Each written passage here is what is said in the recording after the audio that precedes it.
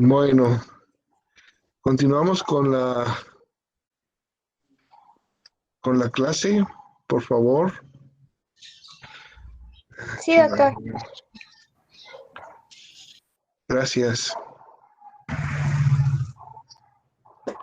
Bueno, vamos a iniciar hablando del virus del papiloma humano, que en realidad va a ser un grupo diverso. Siguiente, por favor.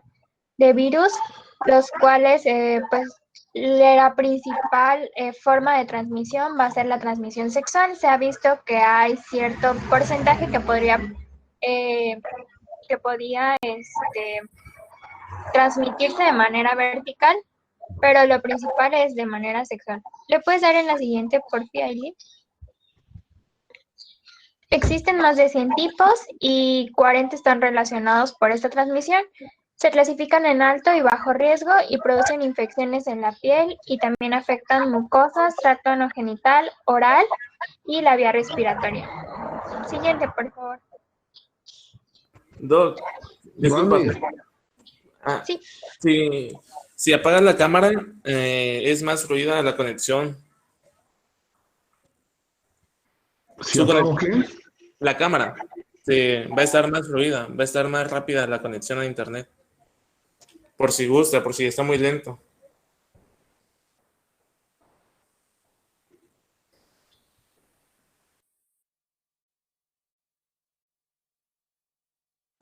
Ya, Fer, gracias.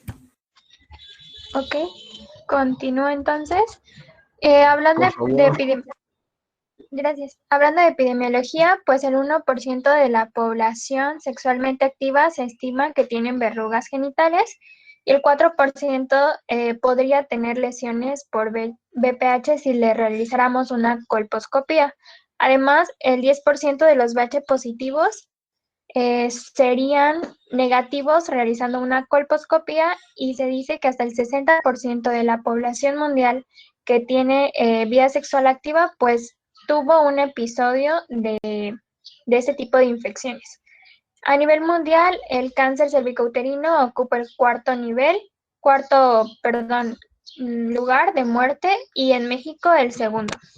Siguiente, por favor. Esta infección es más común en las mujeres y por lo tanto se ha enfocado un poquito más la prevención ahí. El periodo de incubación es de 2 a 3 meses, pero podría llegar a haber este contacto y presentarse síntomas o alguna complicación durante años. Y la sintomatología, en realidad la mayoría cursan asintomáticos y se diagnostica mediante un chequeo de rutina. Como ya decíamos que este tipo de infecciones generan condilomas, estos son los que aparecen en la imagen, normalmente en los genitales, pero también podrían ocasionarse en cavidad oral. Siguiente, por favor.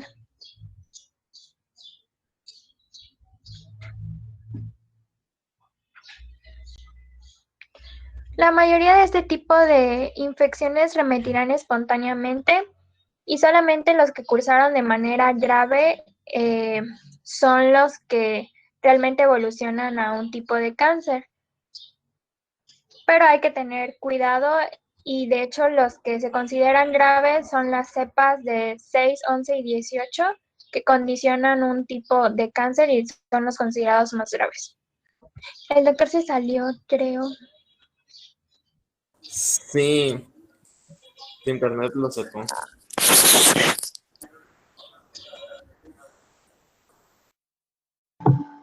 Y si pasamos directamente al repaso que dijo que iba a dar. Sí, mejor, ¿no? Creo que esto ya lo habíamos visto. Sí, mejor. Repaso. Pues. Sí, le digamos de una vez el repaso. Ni va a poder, proveedor. Y saber si va a poder porque no tiene pues internet. Vale, ahorita le marco y ya le digo qué show. A ver qué me dice. Gracias. Que ya acabó. No en la tarde que lo dé, pero que no lo deje. Si no, Jordán, se grabe. dile, conéctalo con la llamada y ya que él esté hablando. Pero podría ser en Zoom, ¿no? Porque ahí se escucha mejor. Ajá, si quieren pues, podemos usar Mejor que se conecte a Zoom. En Zoom tal vez pueda entrar mejor. Vale, ahorita checo eso. Ahorita denme unos minutos, le marco y enseguida. Muchas gracias, Jordan.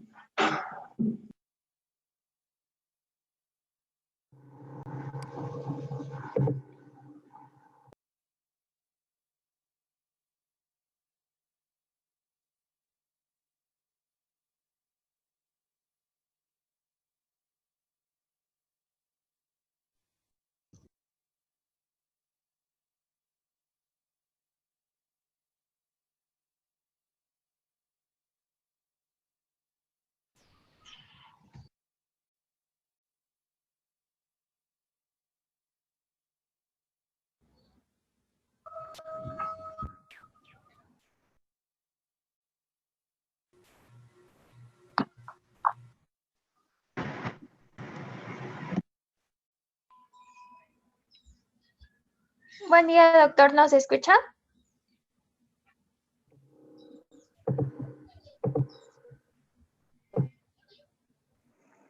Doctor, ¿nos escucha?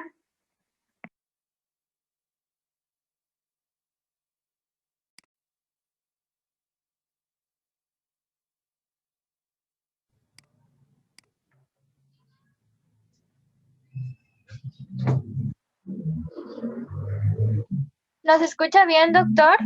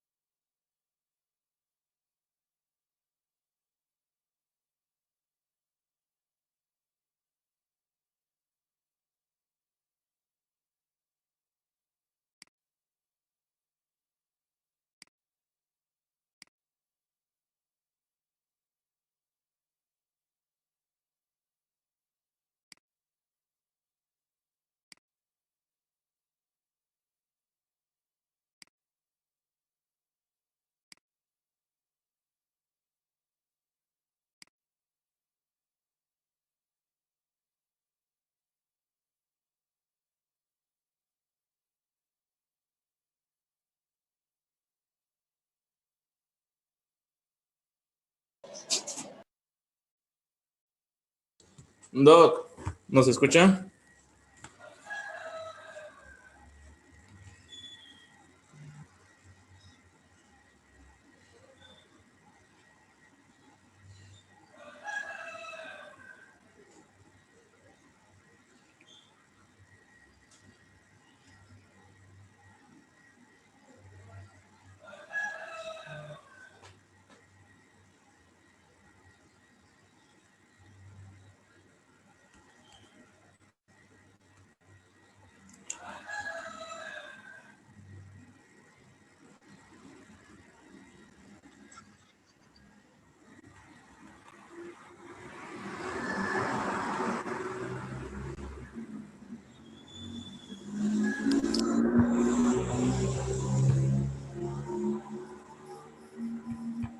Bueno, Doc, sí, Ya lo escuchamos, Doc. Ya lo ya se escuchamos. escucha, Doc.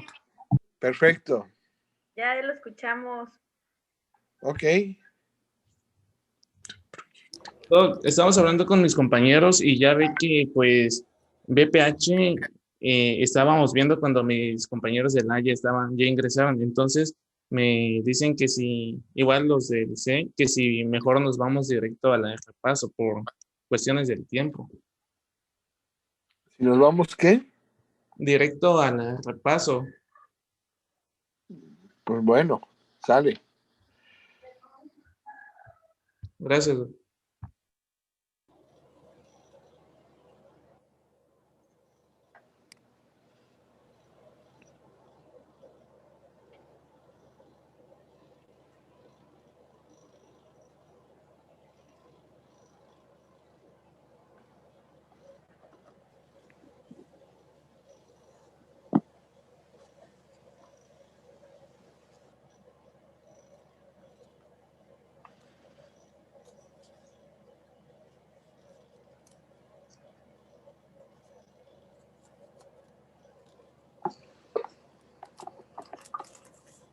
A ver, ¿por dónde empezamos?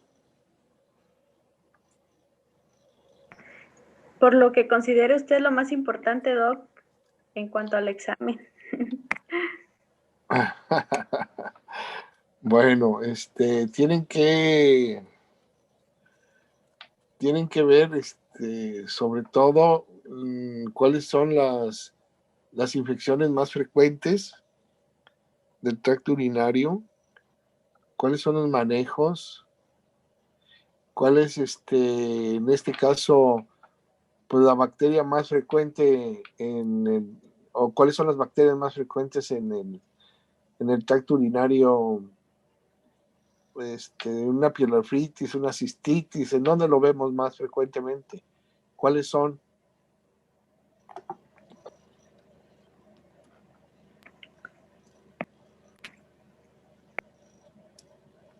¿E. coli? E. coli. E. coli y pues más en las mujeres. Así es. Tomar en cuenta lo que tienen que checar cuáles son los tratamientos y cuánto tiempo se tiene que dar los tratamientos. No ver en ciertas bacterias, sobre todo las enterocolíticas, cuáles son los medicamentos que más usamos. Aquí en este caso, ver por ejemplo, cuáles son los cálculos más frecuentes en el tracto urinario. Los de oxalato de calcio. De calcio. Sí. ¿Cuáles son los cálculos infecciosos más frecuentes? Los de cistina y estruvita. Estruvita. Los de estruvita. ¿Cuáles son qué? Son cálculos. coraliformes. Ah, perfecto. Y además son blandos. No tanto. No tanto. Tienen densidad. Acuérdense de eso, que son radiodensos. No son tanto como la patita, pero sí son, o la estruvita, pero sí son son radiodensos, y sobre todo la cantidad de cálculo que nos... Sí se pueden ver en la radiografía, doctor. Los por supuesto. Por supuesto, son cálculos muy grandes que se ven como astas de venado.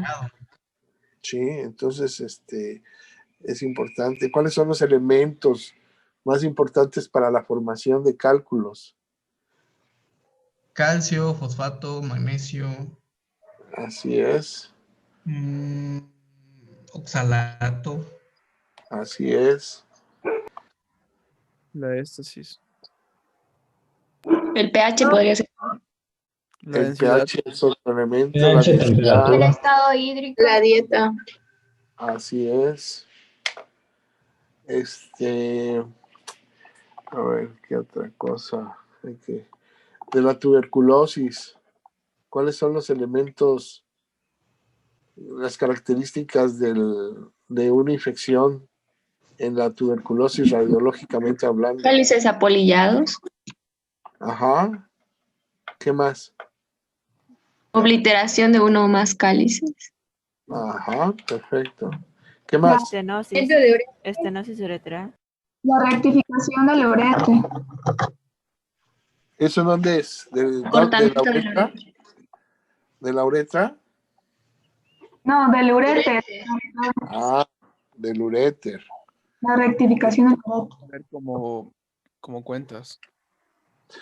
Así es. Pero eso, ¿dónde lo vemos?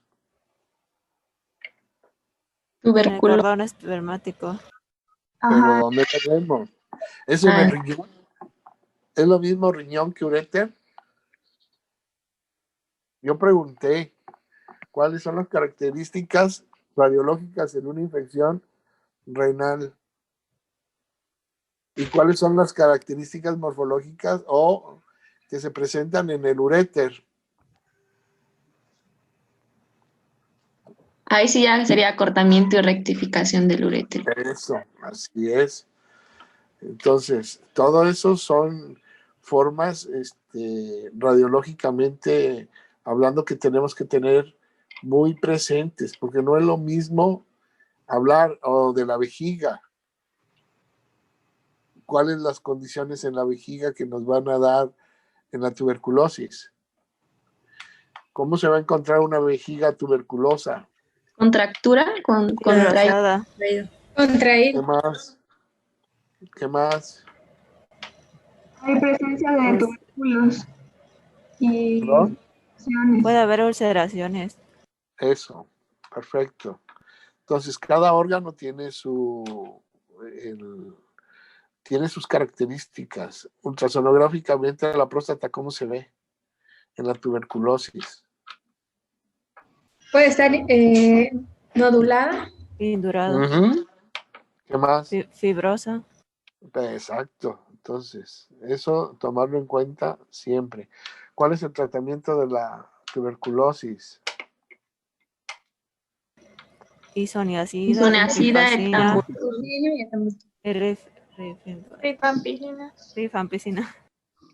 De Pirimida. primera línea. Primera línea, isoniazida, rifampicina, piramicida y etambutol. Por 2 meses. 2 meses. Doctor, lo dejamos con 2 meses, es que usted luego dijo que 1 año y medio, creo.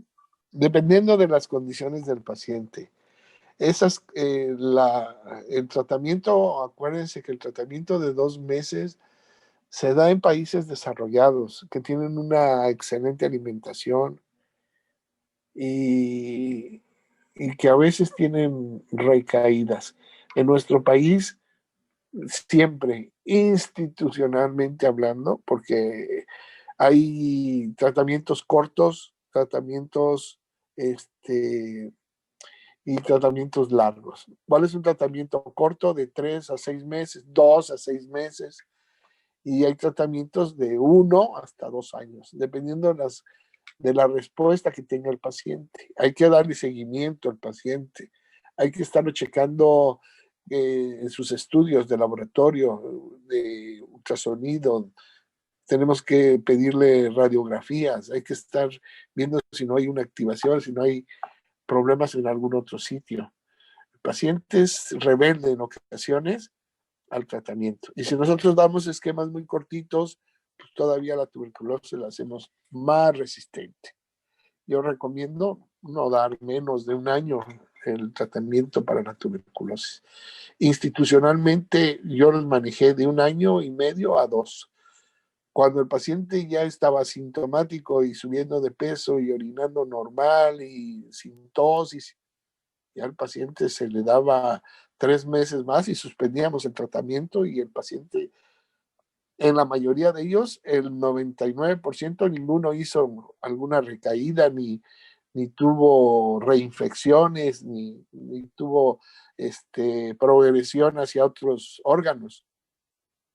Prácticamente, porque ya es una complicación, acuérdense, ya es una complicación de la tuberculosis pulmonar, es una reinfección. ¿Hacia dónde? Principalmente. ¿Hacia el riñón? Así es. Entonces siempre hay que tener en cuenta todos esos datos. Porque yo le doy 2 meses, pero el paciente no come o no consigue sus medicamentos adecuadamente. Ay, doctor, sucede, doctores, aunque no lo crean. Un paciente de salubridad, hay meses que sí se los dan y hay meses que no. Entonces siempre hay que prolongar. Antes dábamos medicamentos tipo aminoglucósidos como la streptomicina y acababan todos o sordos o con insuficiencia renal. Ya no se dan esos esquemas. Solo en el último de los casos que el paciente hiciera una tuberculosis resistente, que son muy raros. ¿Qué más quieren saber? ¿Qué más quieren que hablemos?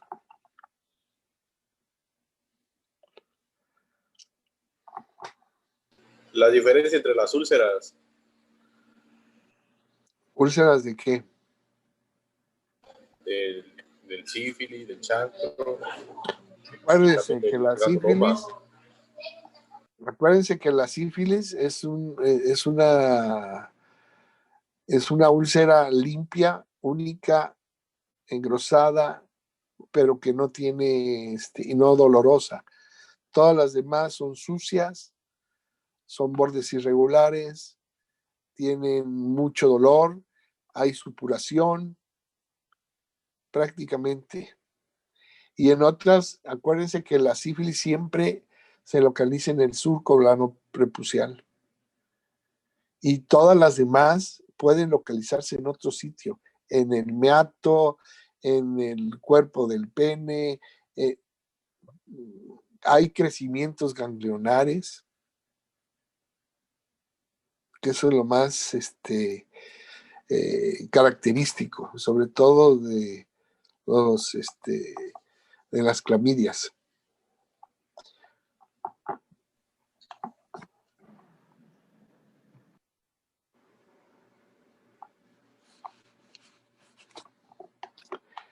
También hablar de los tiempos de incubación. Casi todas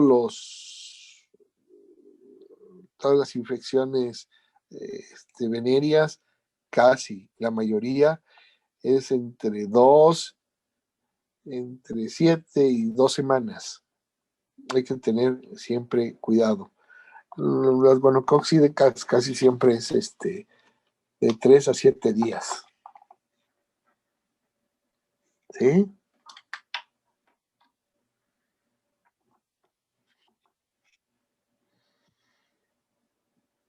¿Qué más?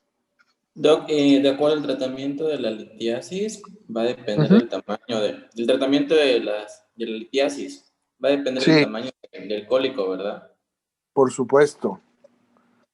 Por supuesto. De la medida es la respuesta que va a tener el organismo. Eso es importantísimo. ¿A partir de qué medida se tendría que hacer el invasivo y cuál el es choque? Variable. Es variable. Ahora, yo conozco gente que tiene cálculos muy chiquitos de 2, 3 milímetros y que están produciendo mucha secuela. Eso es rarísimo, pero puede suceder. Y cálculos de 1 centímetro, que hay pacientes que los expulsan, que son impensables que los expulsen. Bueno, pues hay gente que los expulsa. Es raro. Por debajo de 6, 7 milímetros, potencialmente son expulsables hasta el 85%. ¿Sí? De ahí para arriba empiezan a bajar. Y de ahí para arriba son invasivos en la mayoría de los casos. Esto es importante. ¿Y qué nos va a determinar? El grado de obstrucción. El grado de obstrucción. Repito, hay pacientes que tienen una repercusión muy, muy, muy grave en este caso sería en el tracto superior y necesitan cirugía muy rápida. Y hay pacientes que tienen cálculos de 15, 12 milímetros y están asintomáticos. O sea, el cuadro agudo fue la obstrucción, pero son espiculados, no son sólidos, pasa perfectamente o en un 90% pasa la orina, no son obstructivos, Va a depender mucho del tipo de cálculo y de las condiciones de cada paciente.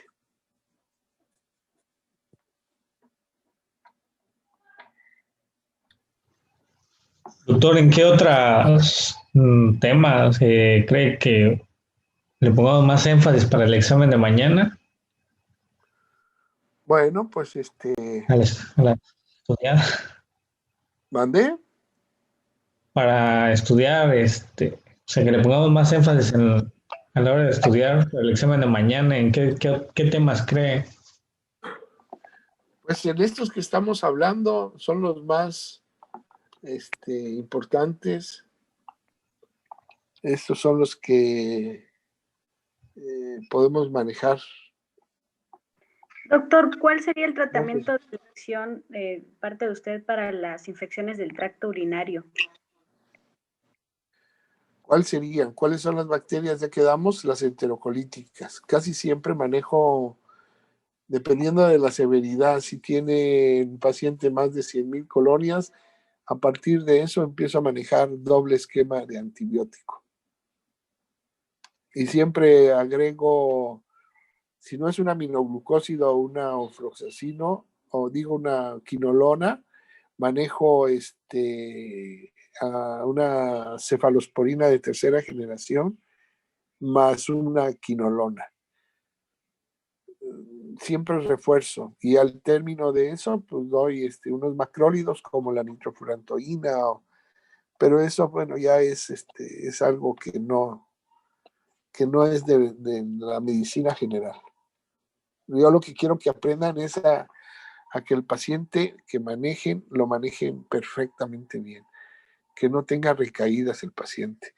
Y aún así, les voy a decir, si no tomamos en cuenta todos los elementos y todos los factores que tiene el paciente de riesgo, bueno, pues al final de cuentas no vamos a resolverle su problema.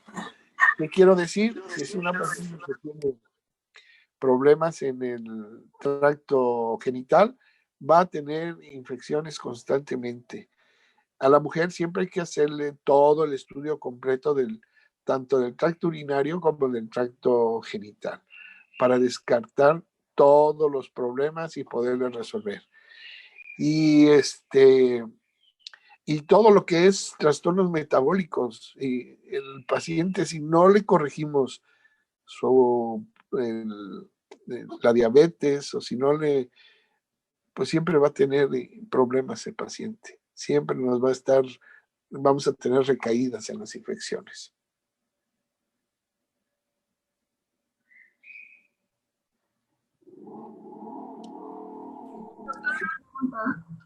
Me quedó mucha duda en cuanto a lo de litiasis. Entonces, ya cuando sea el tratamiento invasivo, elección sería la heterorenoscopía.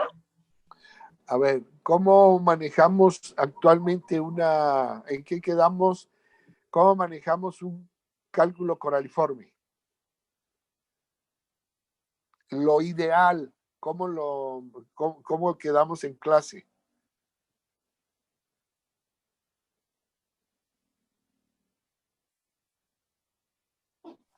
Una litotripsia percutánea en así es, una cirugía, una nefrolitopercutánea, así es, perfecto. Entonces, ¿y qué más podría en un momento dado agregarle a eso?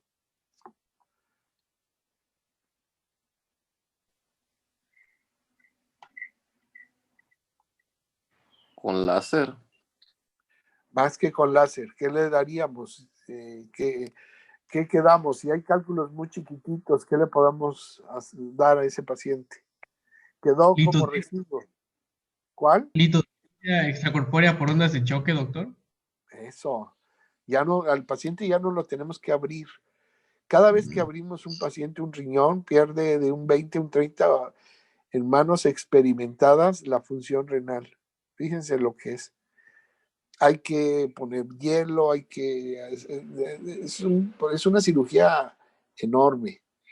Abrir un riñón por por una cirugía de un cálculo coraliforme. Afortunadamente ya tenemos esos estudios, ya tenemos los nefroscopios percutáneos, tenemos el brazo en C, tenemos todo ese avance, todas las guías, eso nos ayuda muchísimo.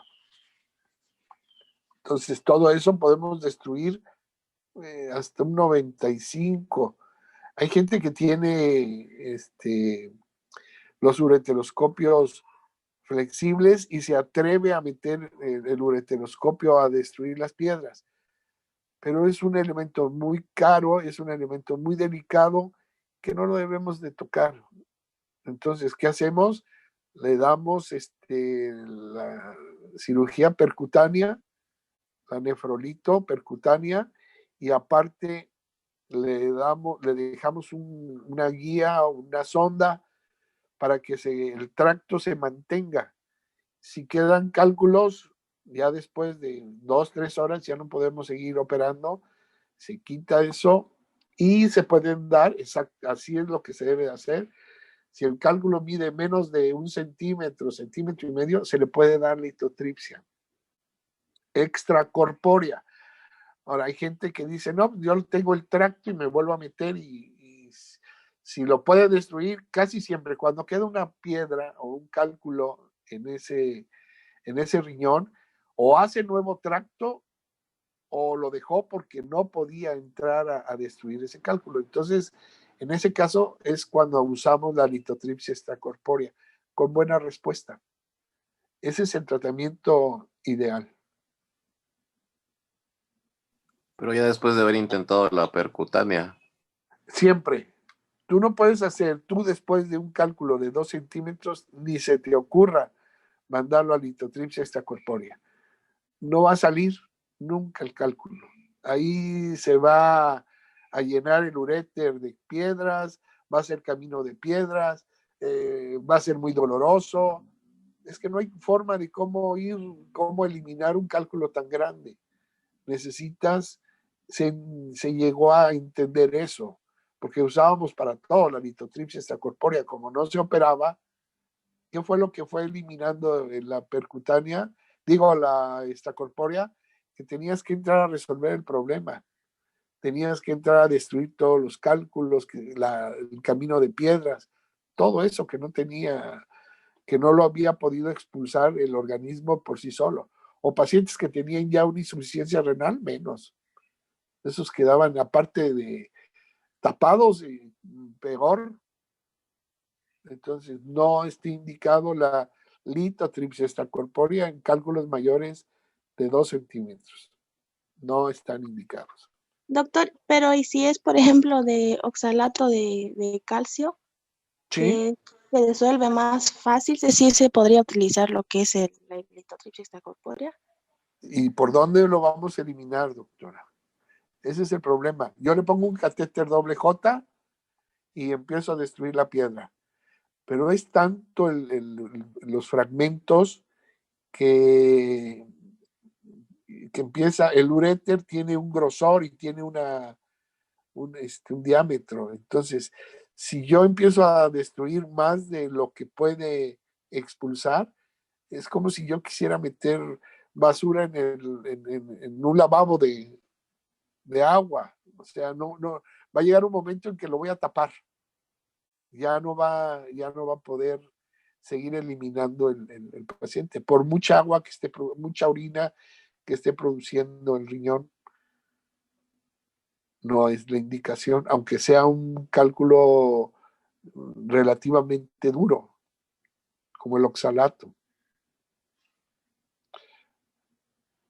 No está indicado. Entonces, con un lito mayor a 2 centímetros de diámetro, sí, se recurre a la percutánea, ¿verdad? La percutánea, así es. Sí, y en cálculos más pequeños, en cáliz inferior sobre todo, no está indicado la litotripsia extracorpórea porque tiene una sensibilidad, una respuesta adecuada de menos del 80%. Si el paciente tiene recursos económicos o es de una institución, bueno, no hay problema. Pero si hay que darle 2 o 3 sesiones, el paciente económicamente le pega, y le pega duro. Hay gente que dice, no, los que sean, y hasta que salga la piedra.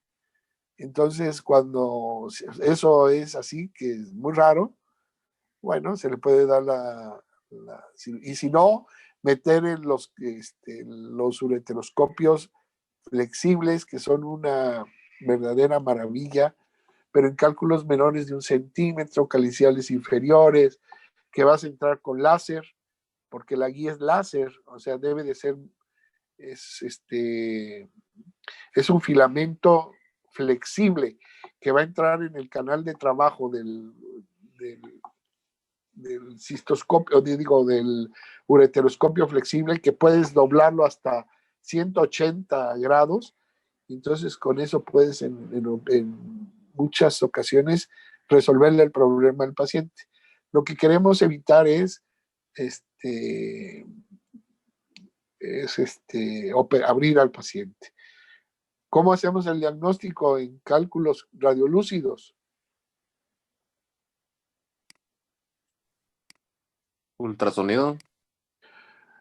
Y si estuviera dilatado el sistema pielocalicial severo, ¿qué harías? Urografía excretora. Y si tiene 2 de creatinina. Pielografía retrógrada. ¿Cuál es esa, doctora? ¿Cómo se llama? Maxwell Bari, no me acuerdo.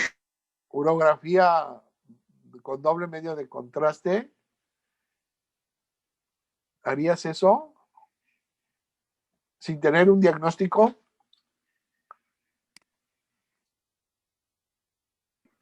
No, yo no le pondría medio de contraste porque puede estar afectado el riñón y afectaría más su función. Y entonces, ¿cómo haría yo el diagnóstico? No quirúrgico, diagnóstico. Porque Pielografía ascendente.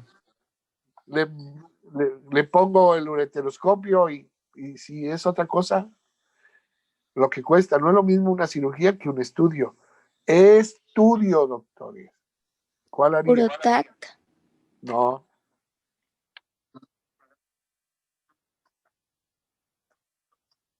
No. La Urotac, pero están a ver, doctora, están en Chinquinquín. ¿Hay tomografía ya? Un ego. ¿Qué les va a salir en el ego? El aumento de los cristales de ácido úrico. ¿Y ustedes creen que un paciente con 9 de miligramos de 9 unidades de ácido úrico va a tener una lesión? O por eso voy a dejarlo ya como un examen primordial para hacer el diagnóstico de un problema aparentemente obstructivo? Datos de una infección. ¿Y qué? ¿Y lo van a dejar así? Voy a darle, hay infección y le voy a dar tratamiento y así se va a quedar el paciente. No. Es que en el ego solo nos daría leucos y hematuria, que serían indicativos de inflamación, más no de un lito como tal. Pero pueden salir los cristales de ácido úrico. Pero entonces, ¿cómo hacen? Pues sí, cristales más hematuria más leucos. Me podría sugerir.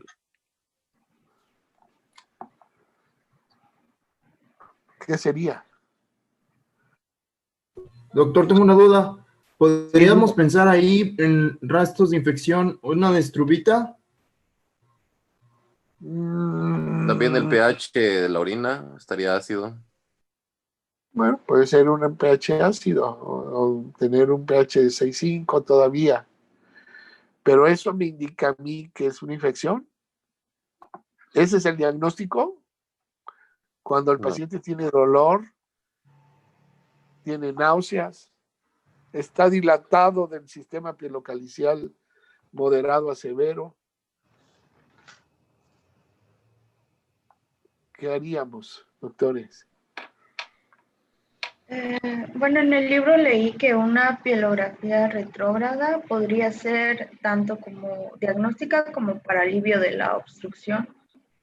Entonces Pero- sería exacto, una ureteroscopía retrógrada, porque es uretero lo que vamos a hacer, una ureteroscopía retrógrada, eso nos daría el diagnóstico y en un momento dado, que sería no lo ideal, ascender lo que encontremos, por ejemplo, vamos a encontrar un cálculo radiolúcido, metemos medio de contraste de espacio y hacemos el diagnóstico. Entonces, sí está justificado, ya hicimos la pielografía retrógrada o ascendente y quitamos el catéter y ya metemos con toda la seguridad que el problema es obstructivo por un cálculo radiolúcido. ¿Va a tener infección este paciente? Sí. ¿Va a tener sangrado? Sí, pero no teníamos el diagnóstico. Ahora sí, ya con eso yo puedo decirle, usted tiene esto y se lo vamos a resolver. ¿Qué más?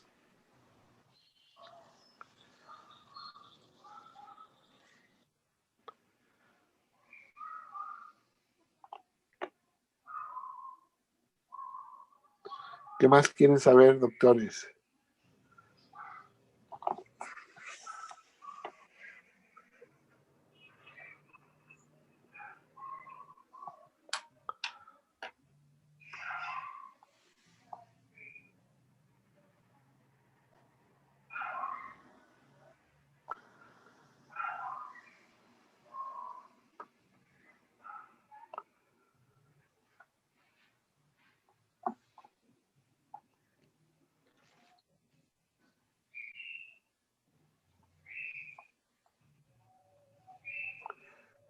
¿Qué más?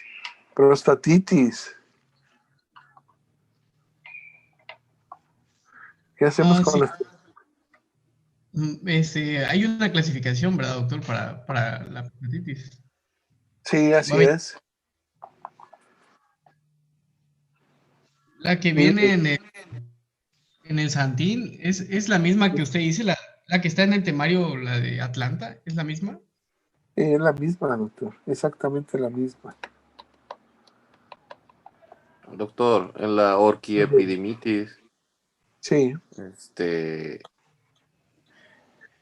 sería como una complicación de una uretritis.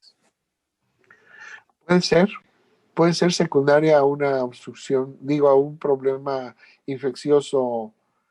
Es como por vía directa o ascendente va a producir la infección. Sí, es frecuente que después de una uretritis tenga una orquiepididimitis, por supuesto. Y para dar el tratamiento, ¿sería para los agentes que causan la uretritis o tendríamos que hacer? Cuando si el paciente ya nos llega multitratado, bueno, hay que pensar siempre en que si al paciente no le dieron tratamiento para una enfermedad no gonocóxica, lo primero que hay que pensar es en una infección por clamidia. A ese paciente hay que darle tratamiento para la clamidia y además agregarle, por si estuviera asociado, para una bacteria enterocolítica, la E. coli, darles tratamiento para eso.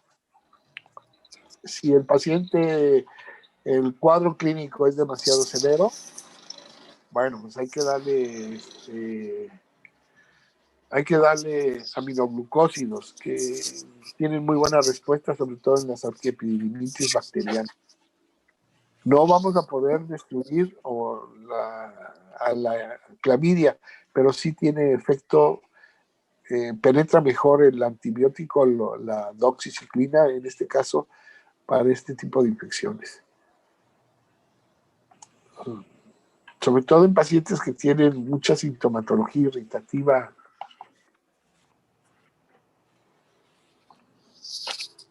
Sí, que tienen mucha sintomatología irritativa. Hay que pensar en una clamidiasis. Es muy doloroso. Clamidia.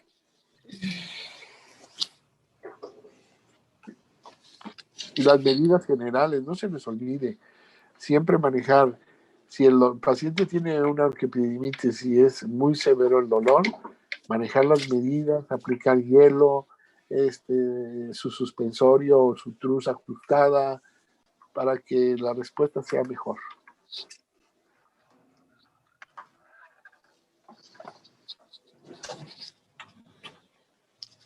Doctor, para el tratamiento de prostatitis en categoría 1, ¿qué tratamiento nos recomendaría? Porque en el libro recomienda ampicilina. Sí, Doc, yo también tenía duda ahí porque dijo que ya no usábamos ampicilina porque ya no tenía buena respuesta. Pues es que la ampicilina ya quedó en desuso. Es como la que todo mundo usa, el ácido narilíxico.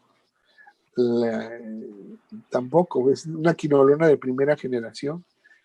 Ya no son medicamentos adecuados para la actualidad. ¿Qué manejaría yo en una prostatitis? Pues ahí sí soy muy agresivo. ¿Por qué? Porque el paciente que tiene una prostatitis con dolor intenso, que puede llegar a tener hasta dolor lumbar, obstructivo, con fiebre, en muy malas condiciones, descompensado metabólicamente, porque las prostatitis más severas son en los diabéticos.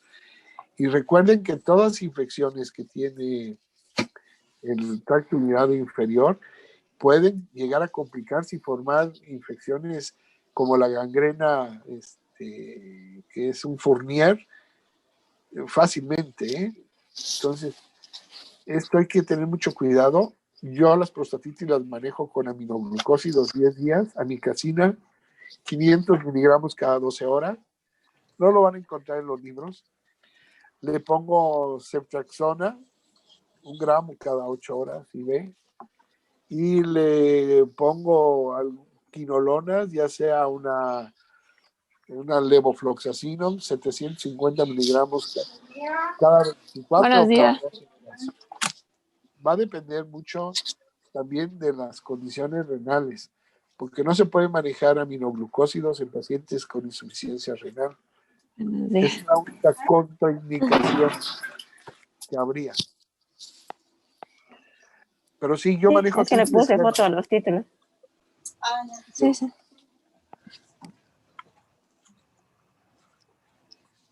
Perdón, doctor, es que no escuché. Ajá. Ay, eso se salió. Decía yo Quítate que el micrófono. las prostatitis son muy, muy graves, muy severas y ponen en riesgo la vida del paciente. Fácilmente un paciente con diabetes te puede formar un absceso prostático fácil, o te puede formar una gangrena de Fournier o una fístula con mucha facilidad. Y si han leído lo que es una gangrena de Fournier, pues prácticamente en los diabéticos es gravísima, es una enfermedad muy grave, pone en peligro, hay un porcentaje, si no es bien manejado, de un 25 o un 30% que se pueden morir. Es complicado. Entonces, si llegas a la conclusión de que es una prostatitis y está obstruido y al paciente lo voy a compensar, pues yo le pongo una cistostomía si está tapado y le pongo triple esquema de antibiótico. Lo manejo con aminoglucósidos, amikacina 500 cada 12 horas, porque ya más ni hace efecto y le pego mucho al riñón y al oído. Es nefrotóxico y ototóxico el aminoglucósido. Hay que tener mucho cuidado. Bien manejado es una belleza, pero si no, hay que tener mucho cuidado. Las cefalosporinas, si no responde el paciente con ceftriaxona, porque ya las cefalosporinas de segunda generación ya no funcionan, entonces se le puede dar los imipenem, pero eso ya lo manejamos nosotros. Pero con ceftriaxona, una ámpula cada 8 horas, tienen buena respuesta. Y de 1 gramo, no de 250, ni de 125, ni de 500, ni dosis única. Estoy hablando de un esquema potente. Y agregarle una quinolona, ya sea levofloxacino o norfloxacino, 750 o 400 miligramos cada 12 horas. Ese sería el esquema. ¿Este esquema por cuántos días, doctor? ¿Por 14? Dependiendo. Si el paciente responde rápido y mejora y lo puede operar uno, porque casi siempre la prostatitis hay que drenar. Si el paciente empieza a orinar y no tiene ningún problema, se puede manejar hasta 14 días. Y las quinolonas manejarlas 4 o 6 semanas. Se puede ir. Yo no puedo manejar un aminoglucósido más de 2 semanas. Y las penicilinas, pues ya después de 2 semanas ya no va a tener ningún resultado. Entonces, ¿qué tenemos que mantener el tejido estéril lo más posible y sin menos complicaciones? Son las quinolonas. Eso lo podemos dar 4, 6, 8 semanas sin ningún problema. Pero eso es lo que estoy hablando, de una patología grave. Y de un paciente que metabólicamente no quiere responder.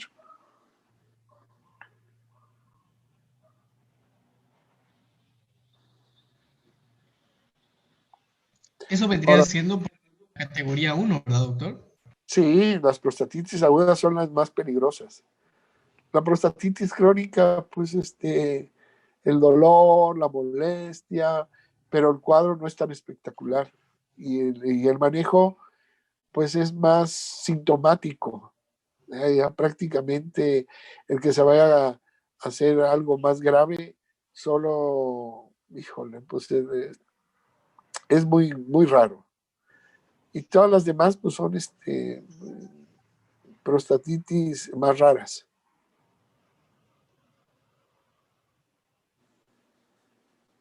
La subclasificación, la 3, la 3A, la 3B, la grado 4. No. Casi todas las manejamos.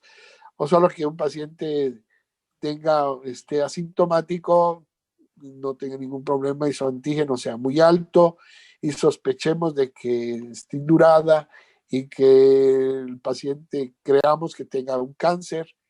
Entonces hacemos una biopsia. Y ahí nos va a reportar que no es cáncer, nos va a reportar que es un problema de próstata crónicamente inflamada. Nos va a reportar prostatitis.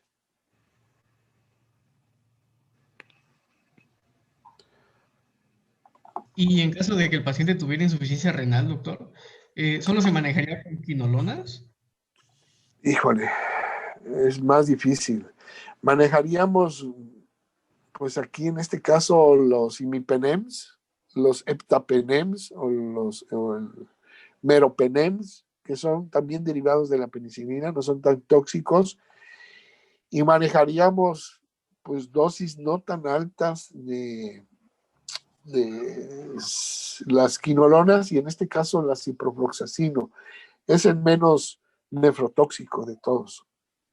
Y lo manejaríamos a 24 horas, no más. Se dividiría, en lugar de 400 miligramos cada 24, dividiríamos a 200, dividir el medicamento 200 cada 12 horas. pero ya es más especial.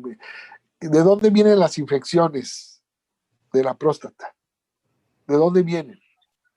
Pues según leí en un artículo que la incidencia de esta enfermedad es por la bacteria E. coli, ¿no? Entonces, había varias causas, por ejemplo, La en la más biopsia. importante, De manera ascendente. ¿cuál Ah, es?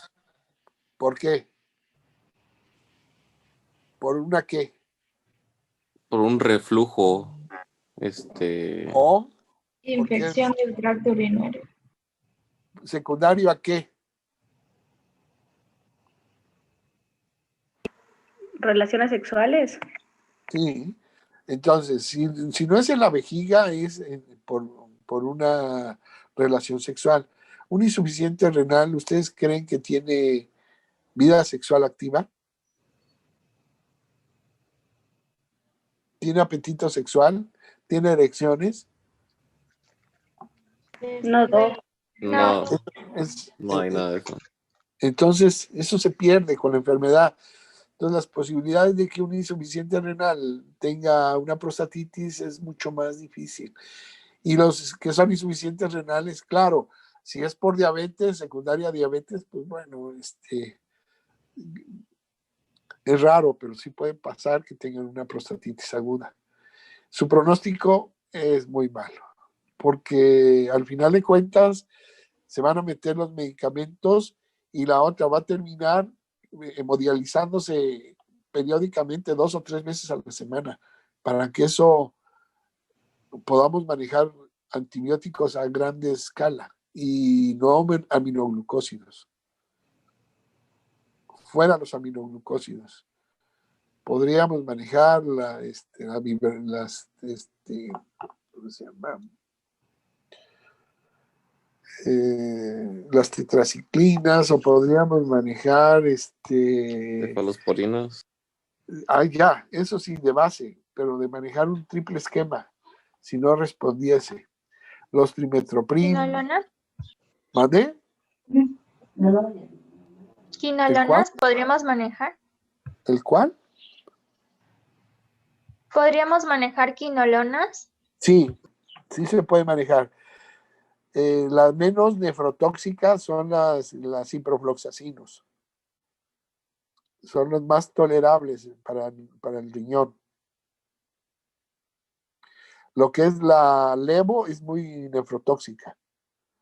La levo, y medianamente tóxicos son la norfloxacina y la ofloxacina.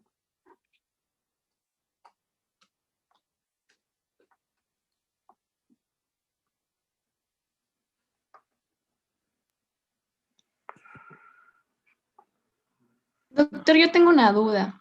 Diga usted. ¿Cuál es el diagnóstico de prostatitis? ¿Cómo se hace el diagnóstico de prostatitis aguda si ahí no está indicado pues el masaje prostático? Entonces no se podría hacer la prueba de los 3 vasos o de los 2 vasos, de los 4 vasos o 2 vasos. Pero ¿cómo llegaría un paciente de una prostatitis aguda? Con secreción uretral. ¿Qué es lo que va a manifestar el paciente? Disuria extrema. Extrema. ¿Qué más? Fiebre. Fiebre de más de 39 o 40 grados. ¿Qué más va a llegar ese paciente? Ataca el estado general. Exacto. ¿Qué más va a llegar ese paciente? Dolor perineal también. Dolor perineal. ¿Que puede irradiarse hacia dónde? ¿Hasta Franco? A los muslos. Hacia flancos. Se puede hasta la espalda se puede irradiar. ¿Qué Doctor, otra cosa? pero ahí no habría fiebre, ¿no? ¿En dónde? ¿En la aguda? ¿En la aguda? ¿Sí? Sí. Por supuesto que sí. ¿Qué más podría haber en la aguda? ¿Qué es agudo? ¿Qué otras manifestaciones clínicas va a tener ese paciente? ¿Puede cursar con oliguria o anuria? ¿Por qué? ¿Secundaria qué? La inflamación de la próstata. Estamos hablando de por obstrucción. por obstrucción. Es un paciente joven, entre 30 y 40 años, que llega en esas condiciones. ¿Van a pensar en un crecimiento prostático? Y fue de la semana pasada al día de hoy con todos esos síntomas. ¿En qué piensan? Con toda la zona perineal, del periné hiperémico y doloroso. No se puede ni sentar. ¿En qué piensan? Prostatitis. En un padecimiento agudo de prostatitis. Así es. Ahora, ya las manifestaciones crónicas que pudiera llegar a tener el paciente y que se trate de una prostatitis crónica, bueno, ya lo determinará la evolución del cuadro clínico, pero no es tan espectacular como la prostatitis aguda, porque la prostatitis aguda, les vuelvo a repetir, yo no necesito hacer el tacto rectal, no para para hacer el diagnóstico.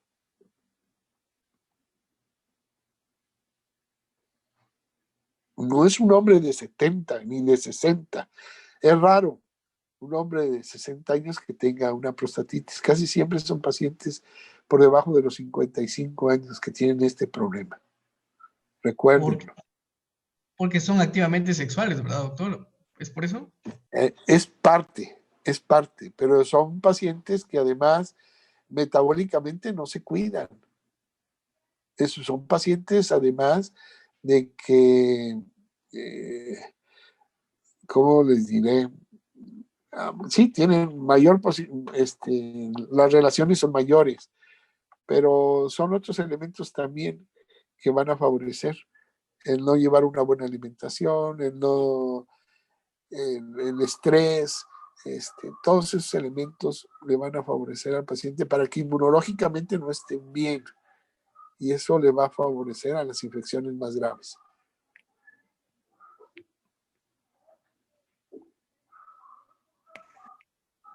Doc, ya ve que en el examen pasado vinieron muchos estudios diagnósticos. ¿Igual en este pusieron muchos para que nos enfoquemos en ellos o van a venir más casos clínicos de acuerdo a las patologías? Vienen más casos clínicos, no viene tanto, viene poco de eso. Sí va a venir bueno, hay preguntas con respecto a tratamientos, ¿verdad? Como esquemas de antibióticos y todo eso. No, solo no se preocupen, lo que estoy manejando yo no es para médicos generales, es para que ustedes lo aprendan, sí, para que ustedes lo manejen estando ya fuera de la escuela, sí, para eso es. Yo no me quedo con, ya lo quieren manejar o no, eso es importante, que ustedes tengan un criterio y que no le tengan miedo. Ahora, tienen que ser muy cautelosos, tampoco llegar y manejar. Es que a mí me dijeron y cuidado, hay que ver las condiciones de cada paciente. Eso no viene en el examen, ni se preocupen. Todo lo que yo estoy aquí diciéndoles, puede ser que un 10%, pero vienen preguntas muy específicas y meterse en problemas, para que estén tranquilos. Y todo Sí, lo que vi... Como tenemos más exámenes, estamos un poco preocupados. No, tranquilos. Lo que vimos es lo que viene en el examen. Y realmente no creo que tengan problemas. Les va a ir muy bien.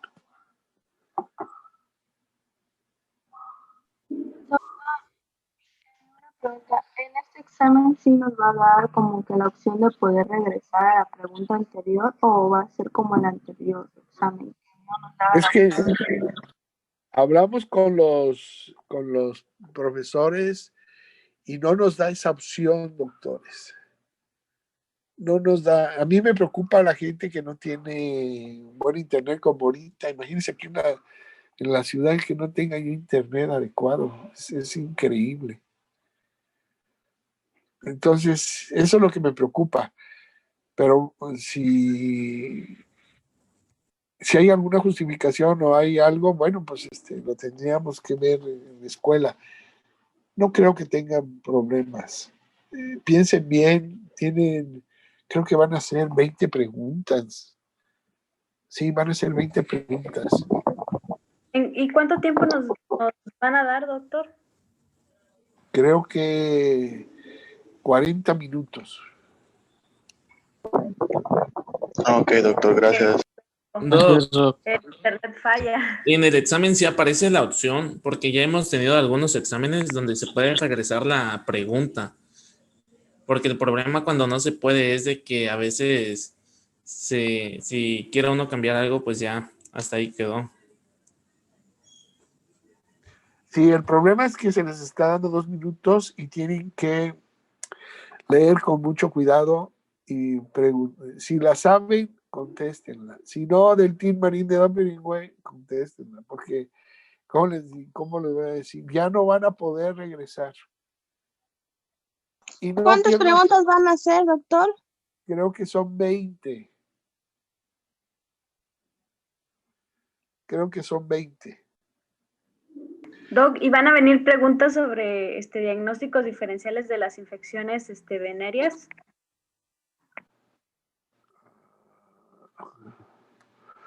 Creo que no, solo muy específico el diagnóstico.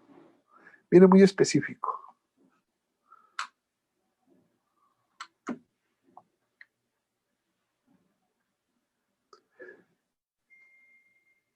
Cierta enfermedad, cuántos días, qué elementos son los que forman un cálculo, cuáles son los elementos que, excepto cuál no lo forma.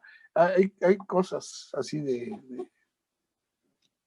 que tienen que pensar, porque tienen que pensarlo, tienen que razonar la pregunta. Razonen la pregunta y la van a poder contestar.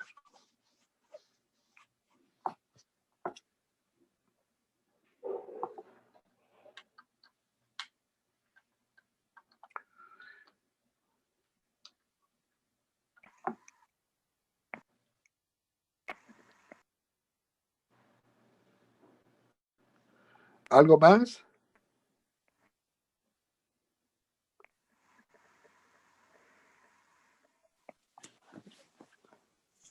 Tengo una duda, Doc. En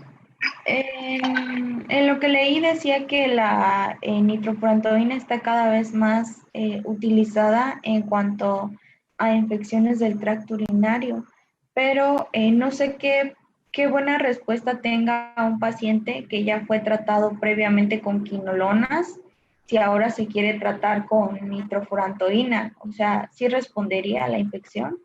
O tendría que, o sea, si es otra infección, tendría que volver a ser digamos, del mismo grupo, tendrían que volver a ser quinolona.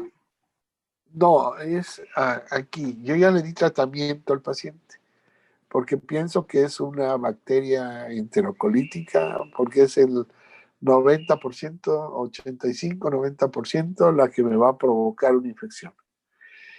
Les doy el esquema 2 semanas, le digo al paciente que tiene que descansar o dejar de tomar medicamentos durante 15 a 21 días. Si este paciente durante ese tiempo recae, quiere decir que el esquema que yo le di fue insuficiente. Si el paciente tiene una buena respuesta, bueno, el paciente va a hacer sus estudios y va a regresar y le va a decir, pues hay esto. Encontré, por ejemplo, 50,000 colonias de E. coli. ¿Qué voy a hacer? Bueno, pues voy a dar otro tratamiento, un esquema otra vez completo. Puedo cambiar de quinolona y le puedo agregar es la clindamicina, o puedo cambiar la cefalosporina por una clindamicina. Y se la doy 21 días. Después de eso, estoy diciendo cuando no hay una buena respuesta. Cuando hay una buena respuesta, termina el tratamiento y la paciente ya no tiene nada. Entonces, ¿qué voy a hacer con la nitrofurantoína? Se la voy a dar por 20 o 40 días una dosis de una cada 12 horas, y entonces hago que el tracto urinario se mantenga con muy buena respuesta. Evito que se vuelva a infectar y hago que esa paciente se cure. Ahora, ¿para qué me sirvió la nitrofurantoína? Como un refuerzo. Casi todos mis pacientes, cuando termino y están asintomáticos, no los dejo sin protección. Son pacientes que les vuelvo a dar un refuerzo. Siempre. Y casi siempre, mes y medio, a dosis pequeñas. Si son tolerables. Si no, le doy sulfas, que también son muy eficientes, como segunda línea. Que afortunadamente lo hemos dejado de utilizar y cada vez se vuelven más fuertes. El trimethoprim con sulfamethoxazol. Gracias, Doc. Sí, ya entendí cómo es. ¿Dijo una diaria o una cada 12 horas? Una cada 12 horas. O si ven que el paciente tiene, porque la nitrofurantoína la puede manejar 100 miligramos cada 6 horas, como tratamiento de erradicación, como antibiótico. Pero va a depender mucho de la bacteria. Se supone que es muy sensible la E. coli a esta bacteria, a este antibiótico, pero no lo pongo como primera elección. Siempre lo utilizo como segunda elección. Y es un buen antibiótico, es un buen macrólido y no me produce resistencia bacteriana. Que eso es una maravilla de este medicamento. Tiene muchos años ya en el mercado. Muchos años. Y aún sigue siendo utilizada en insuficientes renales que traen sondas a permanencia, en pacientes diabéticos, vejigas neurogénicas, en todos esos se sigue utilizando, insuficientes renales también. Es un medicamento muy bien tolerado. Pero no como medicamento de primera elección. Gracias. Disculpe, doctor, usted dijo que nos iba a dar 2 minutos por pregunta, ¿no? Creo que sí. Pero es que ahí en la plataforma dice que son nada más 30 minutos que tenemos para contestar el examen. Bueno, pues sí, porque son 20 preguntas, ¿no? Sí, entonces no nos va a dar 2 minutos por pregunta.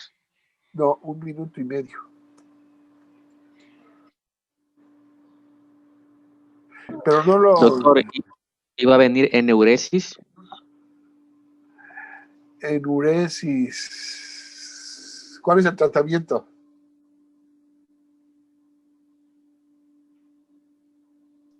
Pues es dependiendo el tipo, Sí, es el creo. síndrome.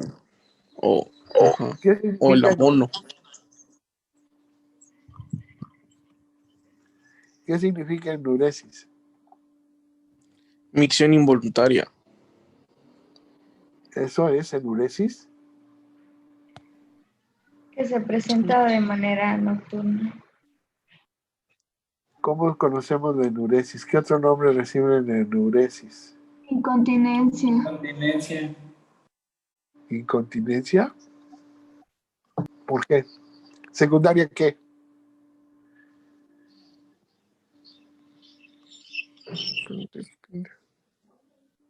A deficiencia del esfínter, ¿no?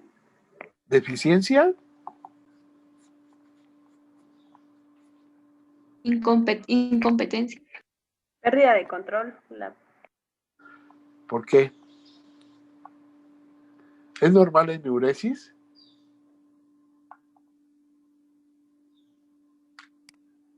No. ¿No? ¿Y un niño Pues en niños pequeños, sí, pero de cierta edad, 2 años, que hay que cambiar el hasta pañal, sí, ¿es anormal que siga orinando? Menos de 6 años todavía puede ser normal que el infante tenga fuga. 5. Así es. Entonces son pacientes que se pueden manejar. ¿Con qué se manejan esos pacientes?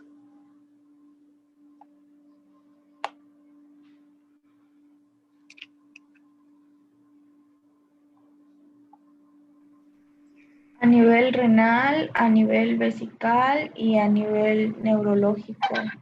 Puede ser... Pero perdón. Ajá, a nivel renal podría ser con desmopresina, a nivel vesical con anticolinérgicos, anticolinérgicos, no recuerdo, pero hay 3 fármacos a nivel vesical. Y a nivel del sistema neurológico, decía que la MAO, pero ya no estaba recomendado en niños, antidepresivos tricíclicos. Bueno, pero pues ok. Pues eso, que sepan ustedes qué es la enuresis y por qué se presenta. Por inmadurez del esfínter, de los esfínteres. Entonces eso va a producir que el niño se orine. Acuérdense que el esfínter voluntario lo manejamos cuando tenemos ya conciencia. Y el cuello vesical pues empieza a funcionar antes de los 6 años, porque si no se mantiene relajado. Y es por eso que se mantiene el niño mojado. Con cualquier presión, aumento de presión, se orina.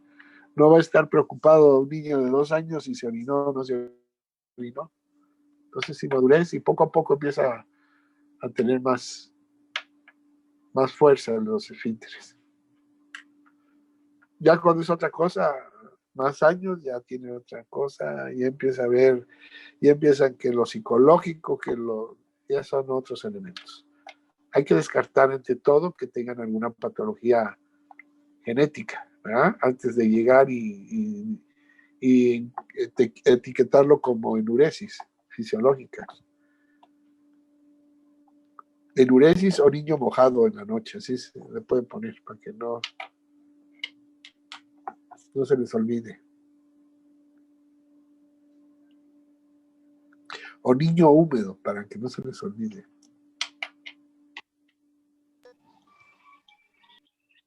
Gracias.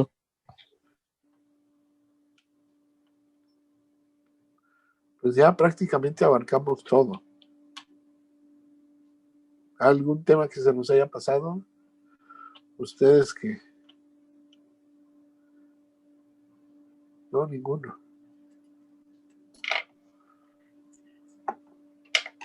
El de neuropatía obstructiva, altas y bajas.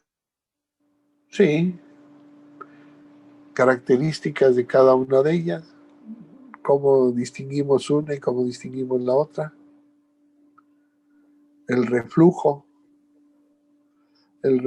vesicoureteral. ¿Por qué se produce el reflujo?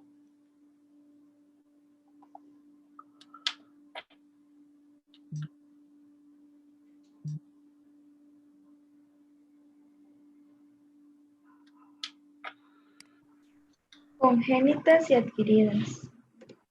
Así es. Así las congénitas. ¿Por qué son?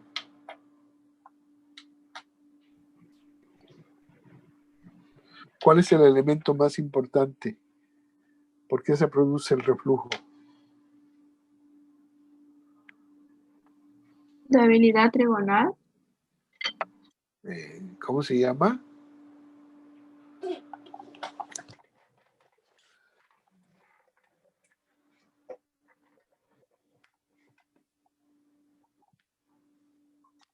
Debilidad trigonal o defecto. Primario. ¿Defecto del vaciado? ¿Cuál? Es que hablaron varias. ¿Incompetencia qué? Maneja como un reflujo primario. Así es. Entonces, hay que ver eso, los reflujos, las obstrucciones. Ya sabemos cuáles son las más frecuentes.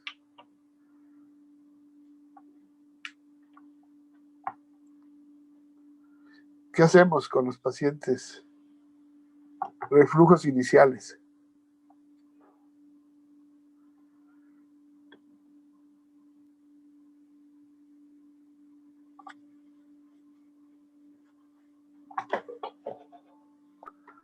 ¿Cuántos tipos de reflujo existen?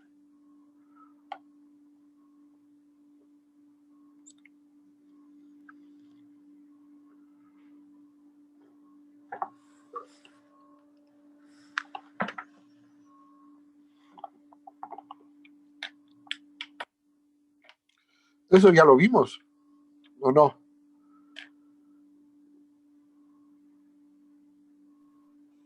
¿Se refiere a la clasificación? O que si eran primarios o secundarios. A ver, ¿cuáles son primarios? ¿Cuáles son secundarios? ¿Cuáles son los primarios?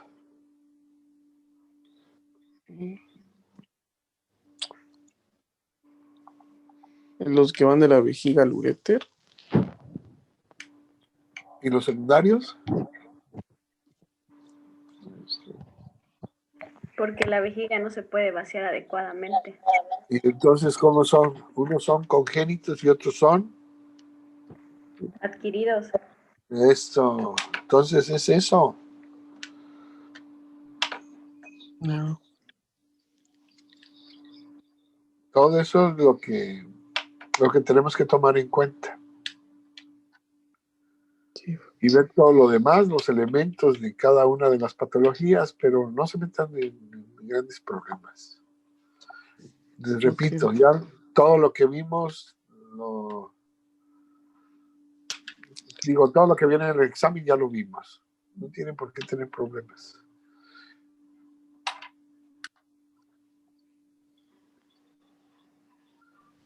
Gracias.